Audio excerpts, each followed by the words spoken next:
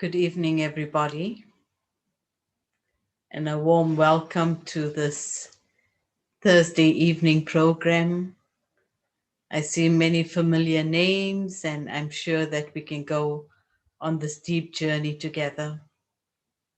So, today we are very, very fortunate that we have a very special jewel. It's somebody who I have known since I've come to the Brahma Kumaris, and that goes right back to about 1985. It was a very beautiful time, and one of the wonderful individuals I met during my time was Sister Arti. And Sister Arti had come to the Brahma Kumaris since she was a child and had journeyed in this way in a very, very powerful way through most of her life. And I think if you'll see her now, also that's glowing yogi of many, many years. Sister Archie has been a yogi, a meditator, a lecturer, a meditation teacher for many years.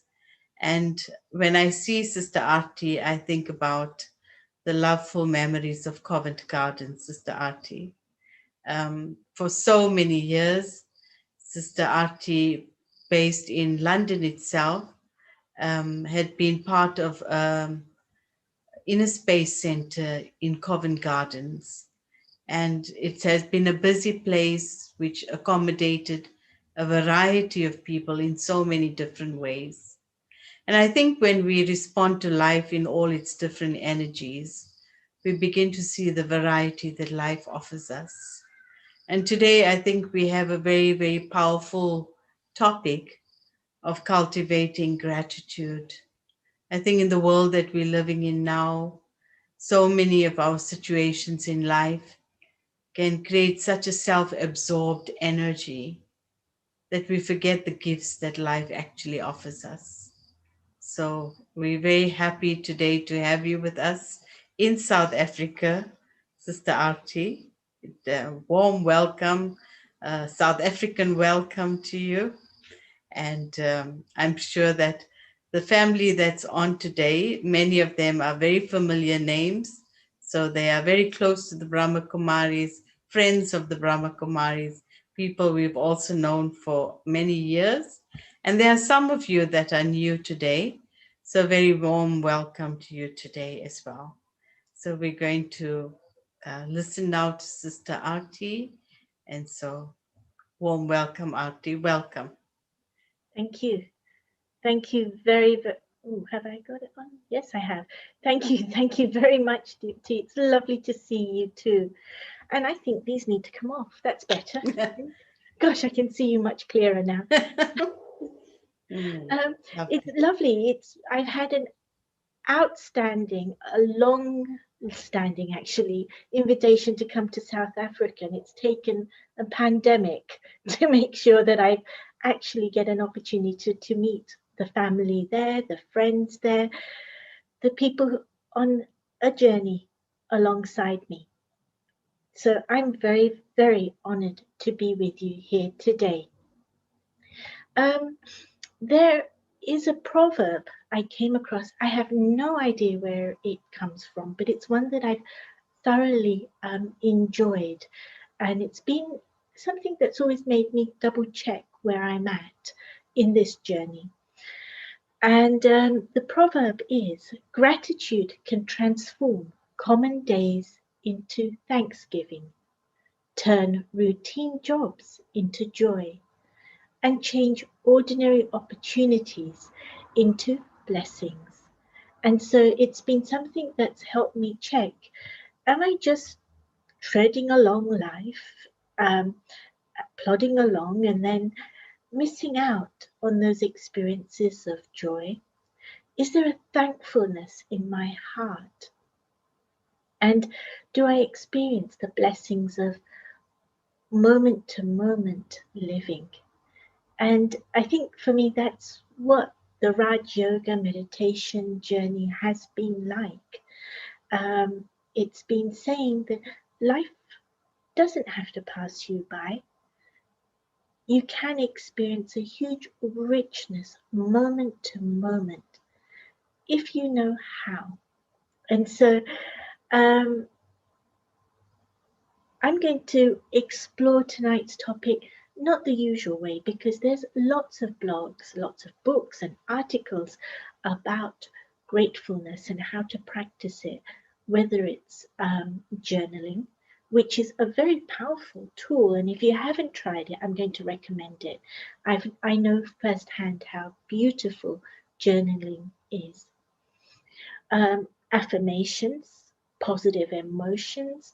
Those are just some of the tools that are used when we're developing gratefulness in our life, gratitude in our life. But I can say one thing that everybody agrees on. When you're grateful, you're happy, you're joyful, and you never take things for granted. Imagine living life like that. And that's the invitation. So, when does gratitude occur? Generally, gratitude occurs when we're given a gift, something that we haven't earned, something we've not had to endeavor for, make effort for, or we've purchased, or we've had to trade for. In fact, it comes when I'm given a gift, just the gift. And at that point, whether you're worthy or not, whether you're talented enough, whether you're beautiful or not, a gift is given freely. And when you open that gift, that's when you experience joy. So, the practice of Raj Yoga meditation for me has been that skill of opening up the gift so that there's joy in my life. And there's one thing that I think we can all agree on, that we haven't ever had to earn. We never had to make any effort for. We certainly didn't purchase it in any way. And that is the gift of our lives. Would you agree? You were given life. You were given the opportunity to live life. And every moment in that life is a gift, because you can't buy it, you can't trade it, nor can you say with absolute 100% guarantee, 5 moments from now, I'm still going to be alive. We hope we will. We live our lives as if we will. But every moment in our life is that gift. And it's this teaching that made me realize that, hang on a minute, I've been chasing and dashing through life. I've been trying to meet deadlines. I've been trying to reach goals. And in doing so, I've stopped enjoying the gift of my life. And so, what I'm saying is that every moment is a gift. My life is a gift. And so, time is also a gift. And these gifts are providing me with an opportunity. And that is a gift within a gift.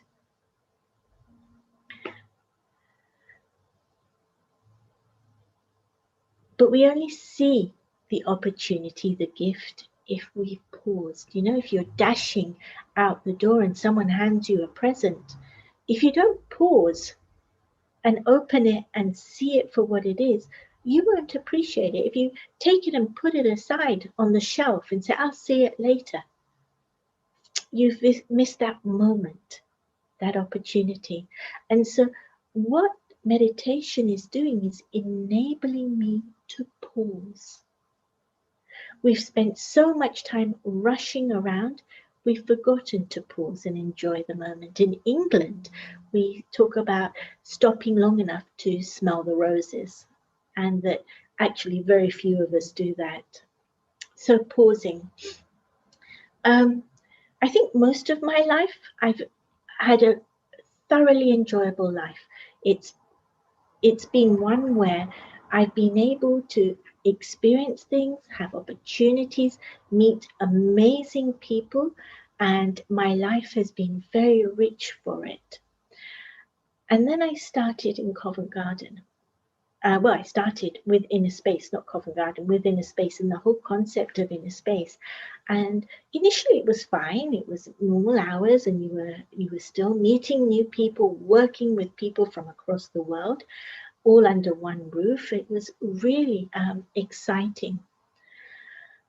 And then suddenly things changed, and I found myself um, going from first thing in the morning to, and for those of you who know, I'm a meditator, and I find that early morning meditation is very, very powerful when the rest of the world is sleeping, and I get a chance just to be still in nature and be at one with myself.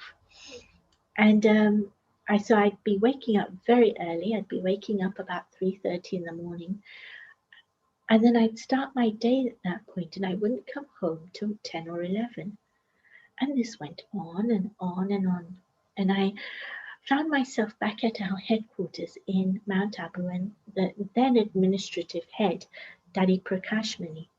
I was rather close to her, and I was having lunch with her one day, and she said to me, "So, what's your timetable like? What are you doing?" So I gave her a rundown, and she looked at me and she said,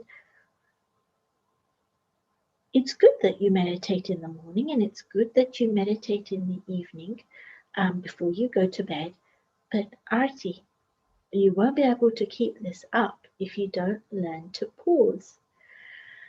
And I asked her what she meant, and she said, "There's a practice that will be very useful to you."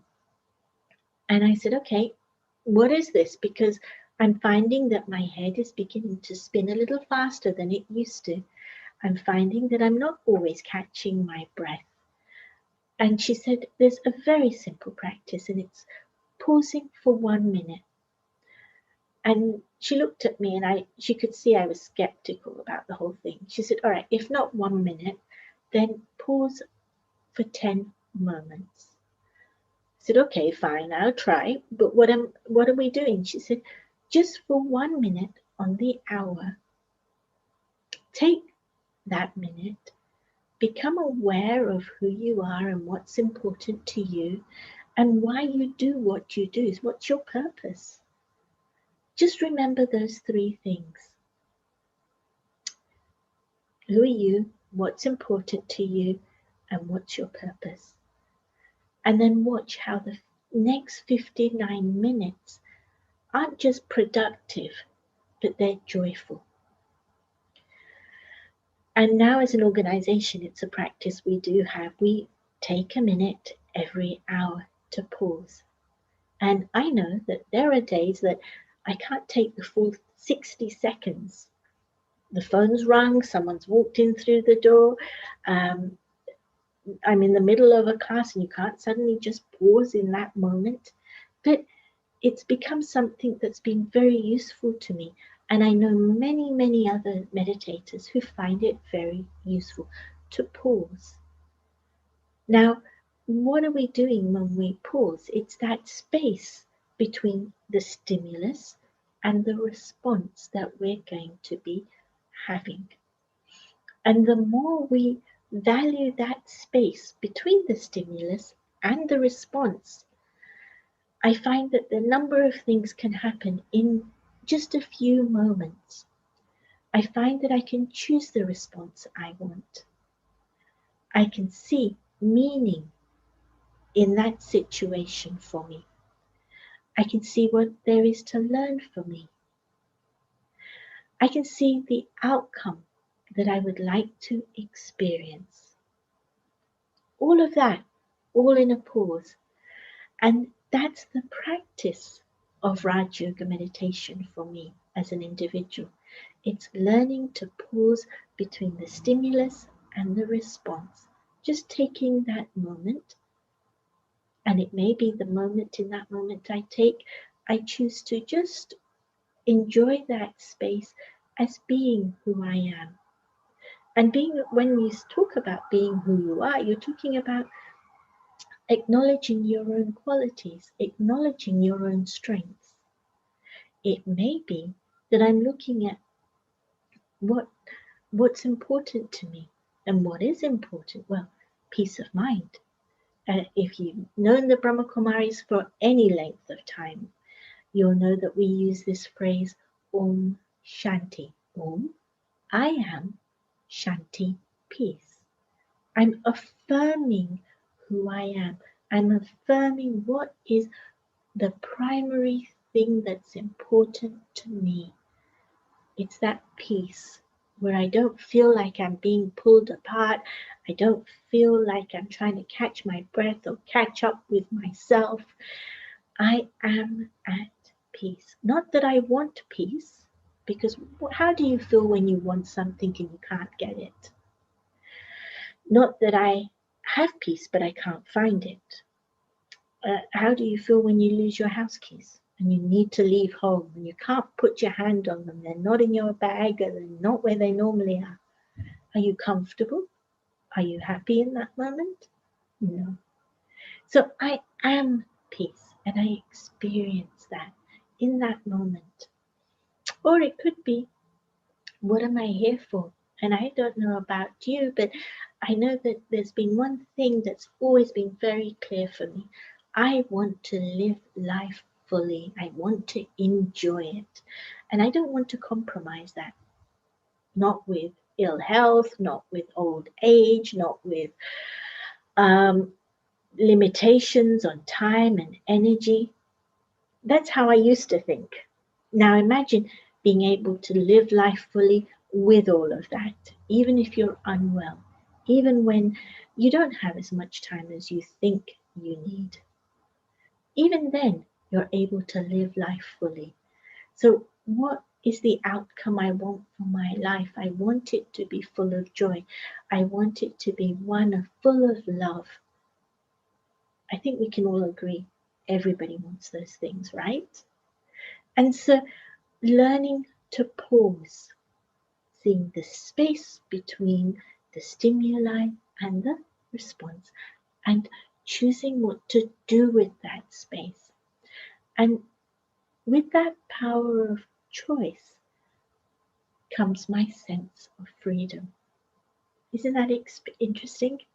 The moment I can choose what I want, how I want to feel, what I want to learn, at that moment I experience freedom.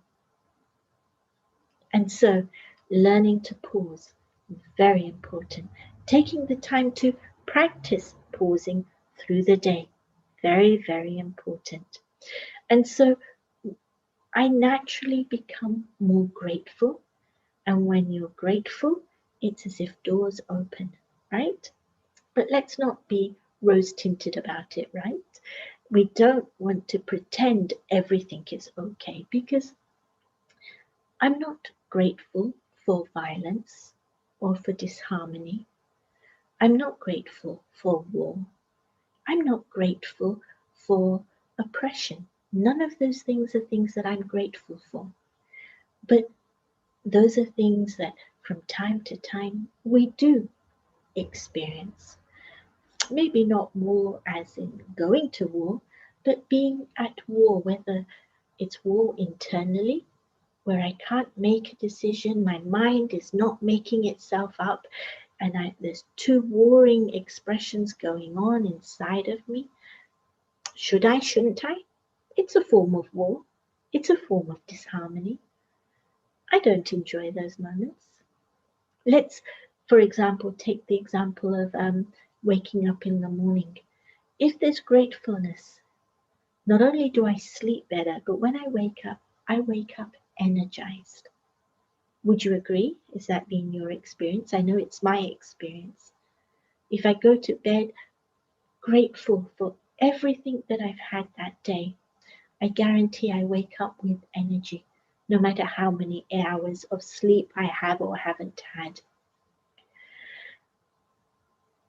But for that, I can't be in disharmony internally, and I can't be arguing with another person or disagreeing or polarizing myself from others.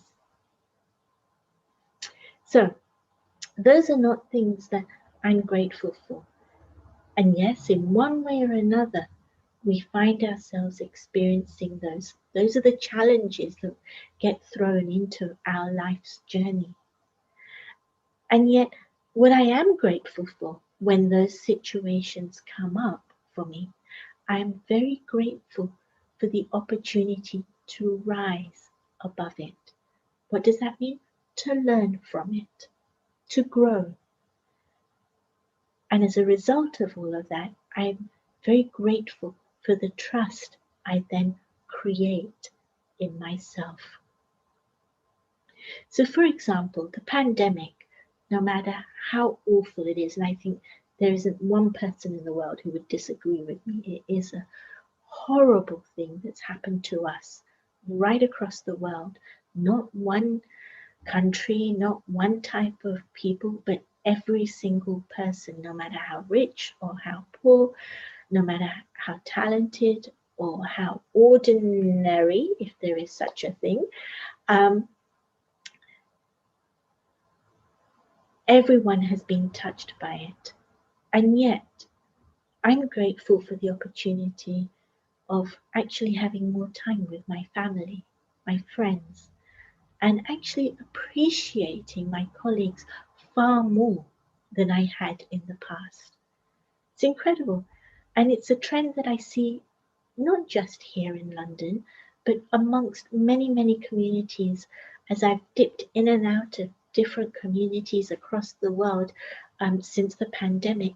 I've become so aware that just connecting with old friends from the other side of the world that I haven't seen for a number of years, and yet being able to pick up as if there's been no time lost between us. Having time just to chat with my brother or my niece or my sister-in-law or my mother, having time to talk to the people that I serve with, I work side by side with, and hearing their stories on another level. The pandemic has made me appreciate everybody so much more, and I'm aware that lots of us are feeling that. A few years back, I was pretty sick, and I'd never been really sick. Normally, if there's a flu bug going round and everybody else is out for a week because they're recovering from it and going through the bug, I would normally be back on my feet within 24 hours. I'd never been particularly sick in my life. I'd always had very good health on that level, and I'd been very fortunate. Um, but I found myself a few years back stuck in bed, and not just stuck in bed, but in pain. And you know what? The opportunity, I had to ask myself, well, this is meant to be an opportunity, right? Everything's working and conspiring, and this is my belief, for me to be able to experience the best of myself in my life today. It's not here to stop me living. Things don't happen so that I stop living. Things happen so that I see the inner capacity I have. So, what is the benefit of lying in bed? Well, other than catching up with some sleep, I guess. What it taught me was patience, not with anybody else, but with myself. Being patient with other people has never been a problem. Being patient with myself wasn't so easy. Often that little voice, that little inner critic would take over and have its own conversation and its own dialogue going on. But the sickness, when I was sick, it gave me a chance to learn to understand that little inner critic, understand its value, that it was there trying to protect me and keep me safe, and then understand that actually I don't need to be kept safe any longer.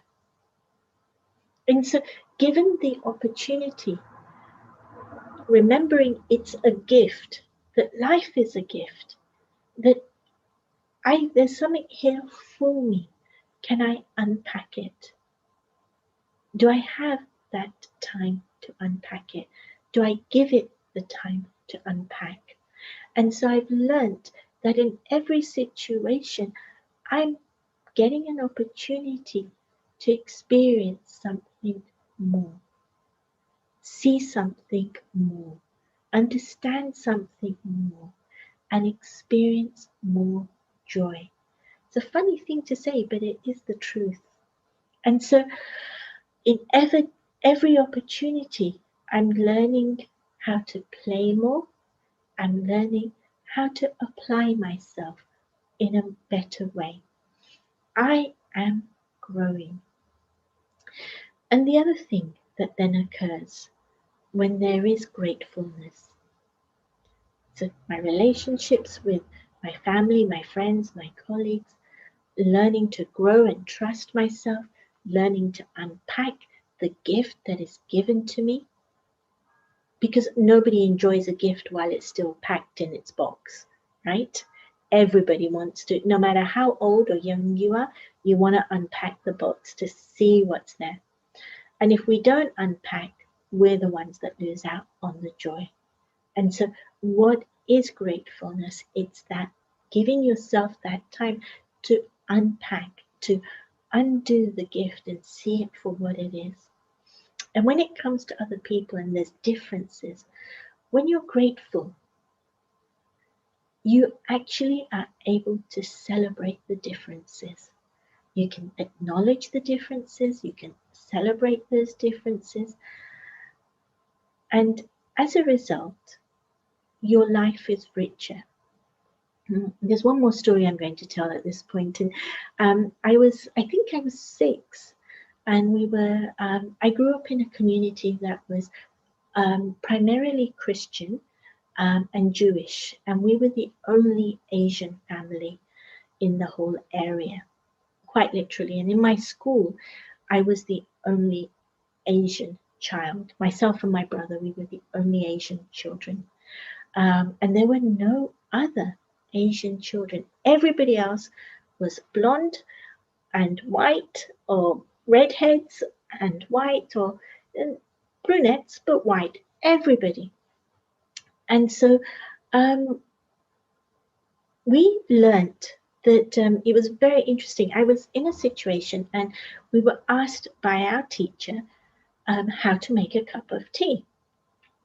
Well, I came from an Indian family, and in an Indian family, when they make tea, they'll boil the water in a saucepan, and then they'll add the tea leaves and they'll let it boil a little, simmer a little. Then they'll add the spice and the ginger, and they'll let that simmer a little longer. Then they'll add the milk, and then they'll simmer it a little longer. And then invariably, they'll add a little bit of sugar, and they'll let that simmer. And then they'll strain it, and then they'll offer it to you. So I described that, and every child's mouth fell open. And there was a few giggles left, right, and centre, and children were just absolutely amazed. And it was the first time I discovered that's not how everybody makes tea. I had a smart teacher, and she then said, okay, this sounds very interesting. Let's give it a go. And so the very next day, I turned up with my mother to make tea for everybody, Indian tea for everybody. I was lucky. I wasn't shamed. I wasn't made to feel stupid or different. I was celebrated as a child when it came to that situation. So I learned that differences weren't bad. Differences could be interesting. Differences could be enriching. And that's what it's about. When you, as an individual, are able to experience the differences as a gift, then not only do you maintain your dignity, but you maintain somebody else's dignity. Not only do you celebrate the differences, but you're celebrating the richness that comes into your life. That's what happens when you're grateful. And all because you've learned to pause, all because you've taken the time to learn, to see what's important to you, to share what's important to you. You've taken the time to undo the packed gift that's been given to you. The interesting thing is that when I'm grateful, have you found this? When you're grateful, when you're thankful, you're no longer fearful. Is that right? Isn't that beautiful? You don't have to worry about the fears that exist, the monsters under the bed, the questions of whether you can or you can't. You go beyond fear. And when you go beyond fear, you go beyond violence. When I'm grateful, I feel like I've got everything I need. It's not just a sense of enough, it's a sense of I've got, I have, which is very different to scarcity, correct? I don't suddenly feel that I have to go. I don't know whether it happened in South Africa, but when we first had the first lockdown, and it was going to be it was announced that next week we go into lockdown, possibly. Suddenly, all the toilet paper vanished. For some reason, people suddenly felt they needed to keep extra toilet paper.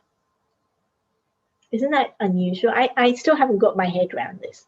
I understand it comes from scarcity, but I think it's more that if I was worried about not having enough, it would be let me go and get more food, let me go and get more water. It certainly wouldn't be toilet paper, but for some reason, and like I said, I haven't got my head around it, the scarcity created that sense of scarcity, created that sense of we need to hoard toilet paper. So when there's gratefulness, so let's put the toilet paper aside for a moment, but when there's gratefulness, I think I have. And what's the first thing you would have done as a child when you had something?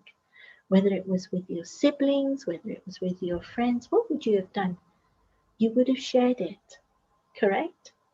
And you would have enjoyed sharing it. You would have broken the biscuit in half and both enjoyed it even more. And so when there's gratefulness, there is that sense of abundance. And then whatever I have, I want to share. It's the most human response to having something. You want to share, and that creates such a sense of not just joy, because that's what happens. You enjoy it, but you have joy because you're sharing it with someone. But what else happens is that you feel like you've got even more because it was you who shared the biscuit. You don't think, oh, now I don't have any biscuit. You've just enjoyed it. And there's that trust then that more will come. Because you've used something well, more will come. So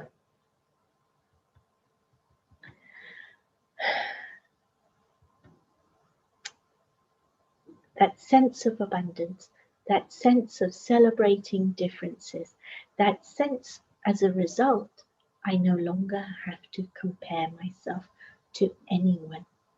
I'm not better, I'm not worse, I'm not more capable, nor am I incapable. There is no question of comparison of myself to another, to my own past. You know, that's a big one. I failed last time. I didn't do well last time.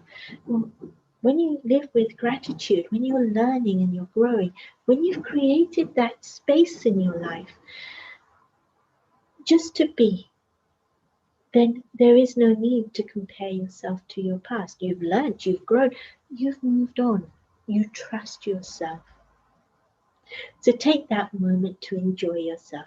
Be aware of what you're learning, your personal qualities, your strengths, and who you are at your best. That is what it's about.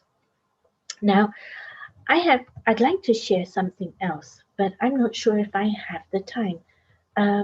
Should I pause to take questions or can I continue? No response? I'm going to continue. I shall assume. So, I wanted to talk about something else that happened, and it was given to me when I first did the Raj Yoga meditation course. And I was taught this thing about pausing and how to do it. Here goes. If you really want to take the best between the stimulus and the response, if you really want to take the best of that space, learn to turn inward like a tortoise or a turtle. Just step away from everything that could influence you. Take a moment just to center yourself in your own goodness. So there's no further stimulus, no stimulus from what you see, what you hear, what you smell. You just put everything on hold when you go into that space and tap into your innate goodness, into your truth, into yourself.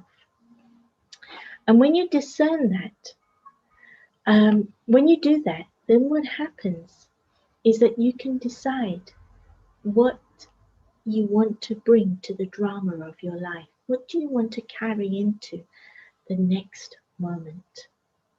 So the fact that someone else is angry and upset, well, that's one thing. But I can choose in that space of when I've tapped into my own sense of my own truth, I can choose at that moment to hear the message they're giving me, which could be, I'm not feeling valued at this moment, or I'm not feeling heard. And I can choose in that moment what I want to take into the next moment, the drama of my life.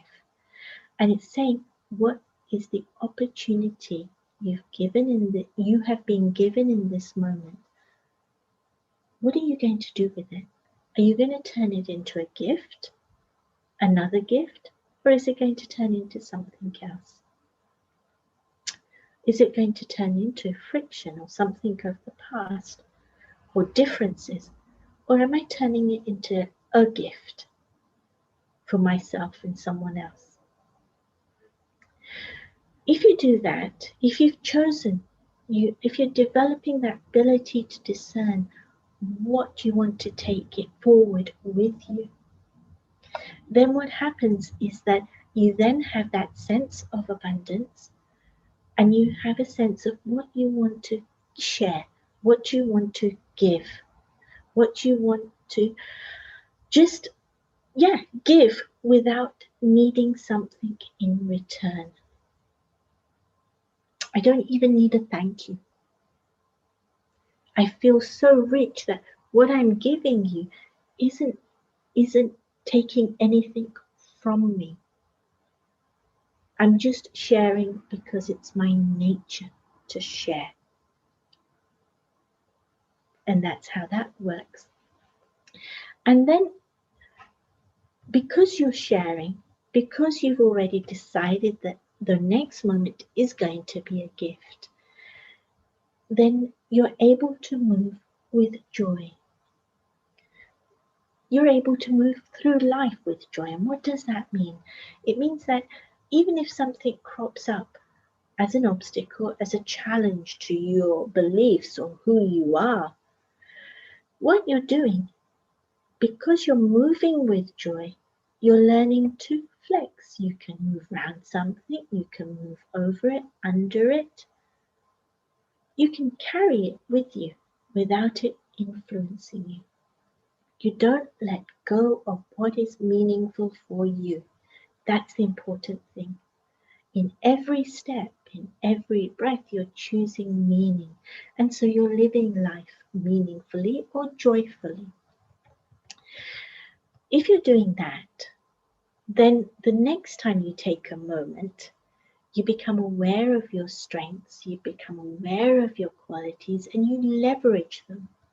So, for example, I wasn't a patient person. I was telling you earlier, no, I had to be sick to learn how to be patient with myself. So Until I learned that, until I had the time to learn that, in everyday life, I found that if I put my limited patience with my unlimited sense of humor, because I find most things funny easily. I easily find things funny. If I put patience and humor together, my patience seemed to last longer. I leveraged my patience with my humor. So look at your strengths and don't say, oh, I'm not very patient. Ask yourself, how do I leverage my patience? Don't say, oh, I don't focus for long. What would you leverage with focus? Do you see what I'm saying? It's leveraging your strengths and qualities, and it all exists, it's all there in you. You just have to play with them to see what works with what. Then, when you take a moment, now these are all steps, yeah? So then when you learn to take that moment, anytime you have to make a decision, it's win-win. It's good for me, it's good for others, it's good for the environment. I don't have to make compromises that, okay, this time we do what you want and I don't do what I want. It's not like that. I'm able to mix and match and take joy. It becomes something that enhances every aspect of my life. So I'm making decisions that are beneficial for all and everything around me. Isn't that beautiful? And because I'm building that inner trust, I'm building my inner capacity. What does that mean? I'm growing.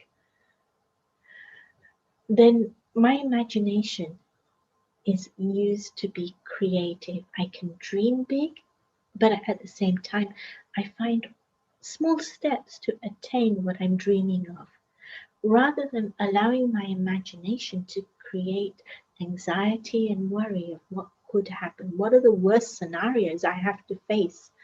And let's face it, we all do it to a degree.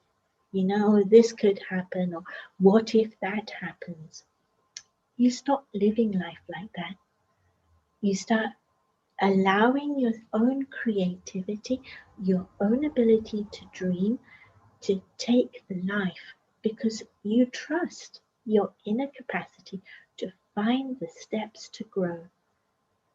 And the nice thing about that is if you are being creative, if you dream big, if there's joy in your life, if you're growing, if you trust yourself, if you leverage your strengths and your qualities, if you learn not to be influenced by other people's moods or circumstances or the media, I hate to say it, but all the stuff that we get taken with the media, if you learn to go beyond all of those things, then what happens is as a result, others want to be around you. They want to be part of that. Everybody wants to live a life that is meaningful and greater than themselves. Everyone. That's why we share. And as a result, you'll find that you have many more companions than you thought you had. And all of that because you've learned to pause and appreciate the gift in the moment. So now I am going to stop because I know I've overrun, and I'm going to say, is there any questions? It was so beautiful, Sister Archie. Yeah. Thank So you. real, so practical, um, so workable, so sincere from the heart. Thank you. And I'm sure there are many that have resonated with what you've been saying and has created a, a journey for them inside. So please feel free to ask and we can take it from there. Anybody has anything they'd like to share? If you don't want to ask, you can put it in the chat and we can see in the chat. It's lovely thank yous. Any questions? Anybody? I just, when you started off and just the whole experience of opening the gift started my journey going as to opening that gift to joy. And that was such a beautiful opening energy that you brought into the session today. And I think for me, that was the beginning with which I was hearing all the things that you were sharing, because it's from such a wise experience that you are talking. So thank you so much. Yeah. Thank you. Mm. So I see all my wonderful friends up there, and I'm sure, okay, there's a question here from Marika. I'm having a terrible time in business, but this has helped me with a few ways of what to take. Thank you. Okay. Well, So, I hope it does help you. mhm. Definitely. Gosh, I know the first job I had, um, I got made redundant very, very early on in the job. And no, I, I wasn't particularly skilled at anything, but um, I was made redundant, and I thought, my goodness, I'm not even wanted by people to do basic things, and it was a bit of a blow. And then I had to pause and say, let's check in. If this is an opportunity, what's going to happen? And I suddenly found myself in going in a whole new career path, work wise, that I never knew I would ever do. And it really did help me later on when I was working full time for the Brahma Kumaris. It made such a difference to what I could do and what I couldn't do, because it was almost like it was a time of training for me. And it was at that point I realized that actually, if life is just full of stepping stones, then what I'm experiencing now is here to help me grow into the Mm, next thing, whatever that next thing is.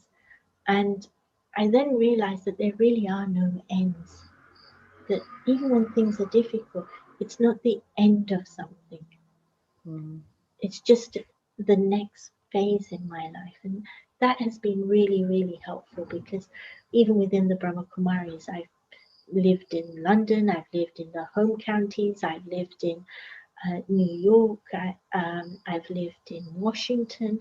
I, you know, and then I traveled extensively through Asia and parts of America.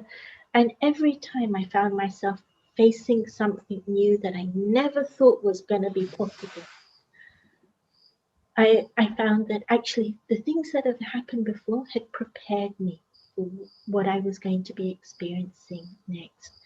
But it was that ability to pause that enabled me to, as we've been saying, unpack it and then move mm. forward. I also love the combination of the words patience with humor in it together, um, because I think sometimes when people are patient, they get so serious in their patience that it's like a congestion of energy. It's not a true patience. And so I love the connection of these two words, because when there's that patience and that humor or lightness, there's like an energy flow that is real in that way. And yeah, so there's from Hans here. When dealing with conflict situations of people, we might feel we have irreconcilable differences because we don't feel heard or might feel judged or ostracized by them. How can one better choose that moment in the heat phase of confrontation, to go internal and to choose wisely how to better respond? to offer gift to both of ourselves. Yes, it's a All whole right. life story. Yeah. Hans, I have to break it to you. Don't wait for things to be difficult um, to try this exercise. For me, the skill has come because I kept trying it when things were not difficult. And so that when things became difficult, I already found myself naturally going back to a skill base that existed for me. And so, not that I get it right all the time, please, not perfect. Invariably, will make mistakes and continue to grow with the skill. Okay, so let me put that in perspective. But I find that often, if not in that situation, if you're in the middle of that situation, okay, fine. But when you step out of that situation, if you haven't been able to find that moment, fine. But later on, when you have a moment on your own, to sit down and then reflect. Reflect, use a journal if you want. I found journaling useful.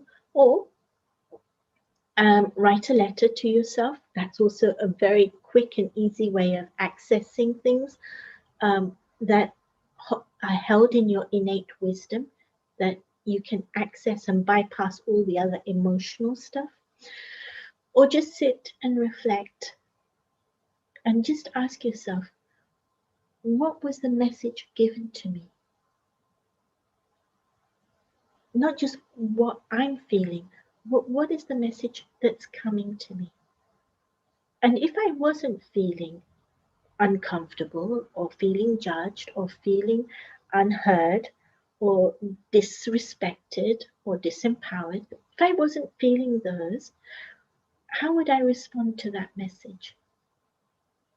If I was centered in peace, how would I respond to that message?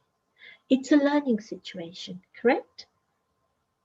And so learn from it. Nobody's asking us, I don't think so.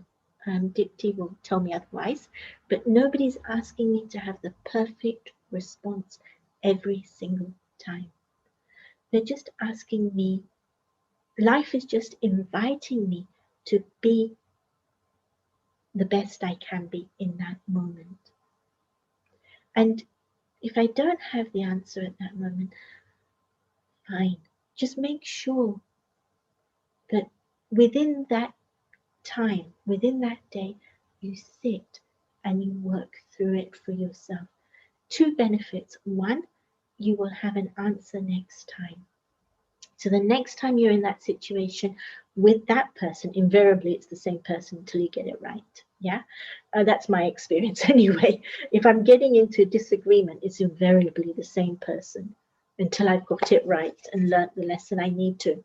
So whether it's the same person or not, it's actually irrelevant. But when you're in that same situation where you feel disrespected, disliked, judged, criticized, or whatever it is, not heard, um, just you will have an answer inside at that point, which will say, I know that feeling. It's not feeling heard. I feel as if I'm not being loved or respected or not being seen. Okay, let me just put that aside. I know. What's this message? The message is the other person's feeling that way too. Possibly, possibly. Or they're feeling like I don't value them. And then what do I do? Let me give what often the answer is, often for me, I found, let me give what I'm looking for. If I want to be heard or seen, am I actually taking the time to hear or see another? If I feel criticized, am I showing value for another, respect for them? And invariably that will pull both of us out of the situation. But do it that day so that you don't carry guilt from feeling ill towards someone else, for having negative emotions to them or yourself, or from feeling like you should have known or could have known or all of that. Don't let yourself fall further with those negative emotions. And I'm being told it's time to meditate now. Thank you, Hans. I hope that helped. I'm not sure, but please, I hope it does. I do the meditation, is that right? Or Dipti, will you do the meditation? Archie would love you to do the meditation. Okay, fine. Thank you. All right. Sit down, sit back, sit comfortably. If you meditate with your eyes open, wonderful. Just rest them. If you're new and it's not natural yet for you, that's fine. Just be comfortable.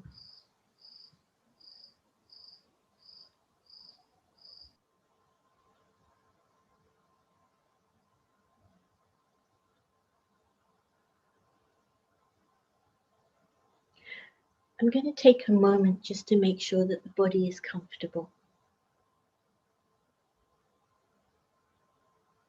to show respect and value for my body.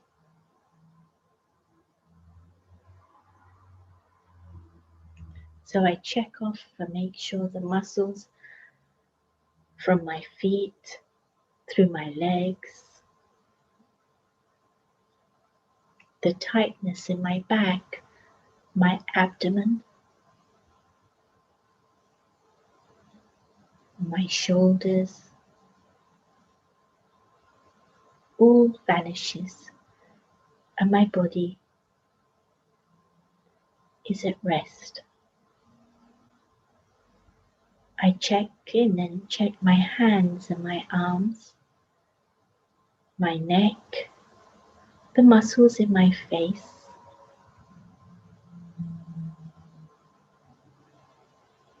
my scalp, and the muscle of my brain.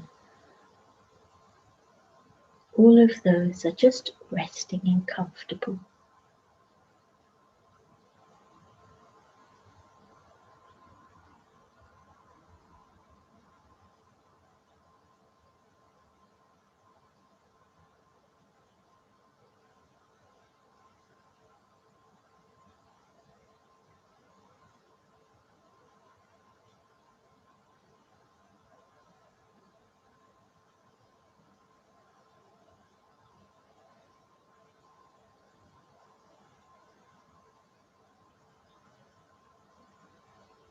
And then, like a turtle, I turn inward. I allow all my senses to rest. And I center myself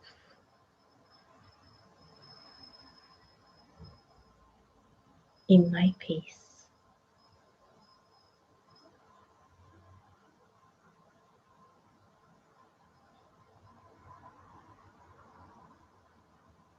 A peace in which I experience freedom and lightness.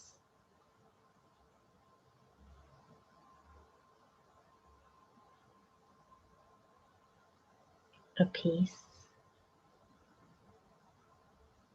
in which there is strength, power, and majesty.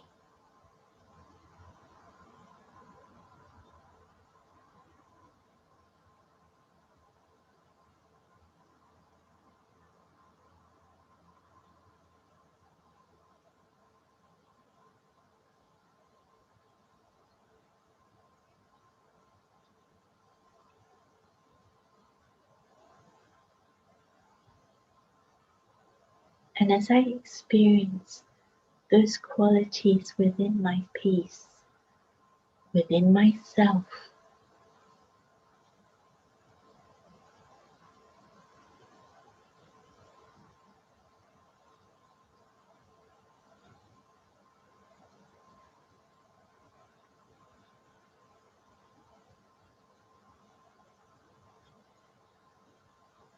I become sure of myself,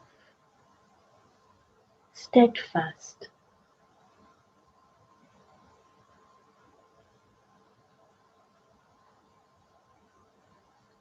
and I know even if I catch myself racing along in life, that I can always come back to being centered and at peace.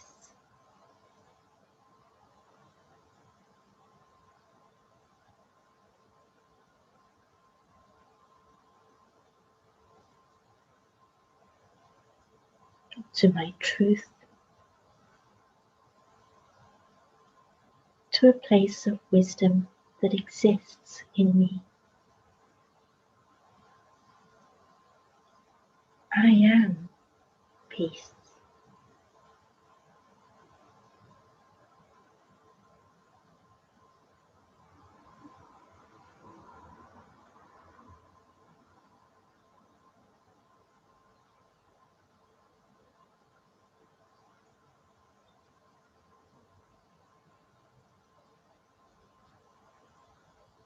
And as I explore that feeling of goodness,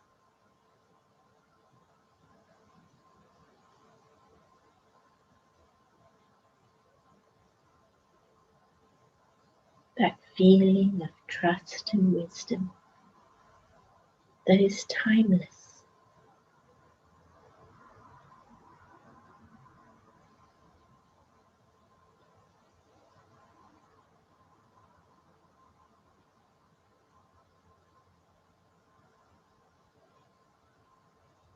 I open up and find myself in the presence of unlimited goodness, of eternal truth and unconditional love.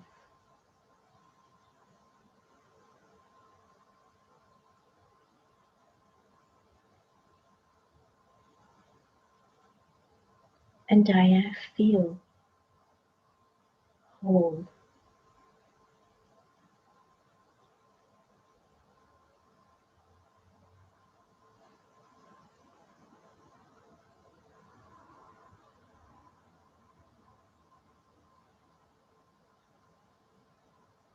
And as I become aware of myself in the body once again,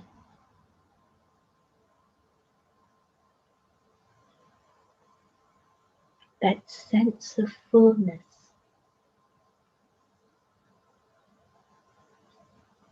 allows me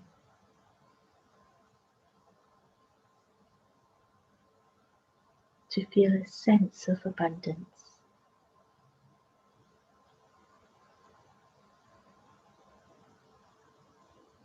And I recognize the beauty of life, all because I am peace. I am Om Shanti, peace.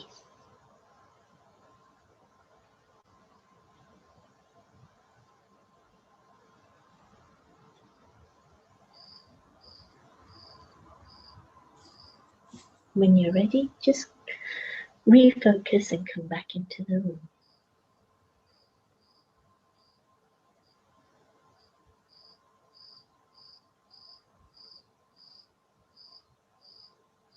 Thank you very much. Thank you so much, Arti. I think from all the comments, it has been a very helpful and practical and inspiring session for all of us together. I think it's really the time now when our frequencies have to remain so high, and all the things we heard today together, if remembered, will help us to stay in that higher frequency, which is so much needed right now by all of us. So thank you all, and I'm very happy to see all the participants. You've really kept going, so it's really been wonderful to see many of you. You are still, this is our online friends, Arti. They have really kept going through so many months, and it's been so beautiful Many of them have been born online, so it's been lovely. Thank you so much, Arti. Thank you for having me, and it's a pleasure meeting all of you. So when you're in London, look me up. Thank you. Thank you. Okay, good night, everybody. Good night.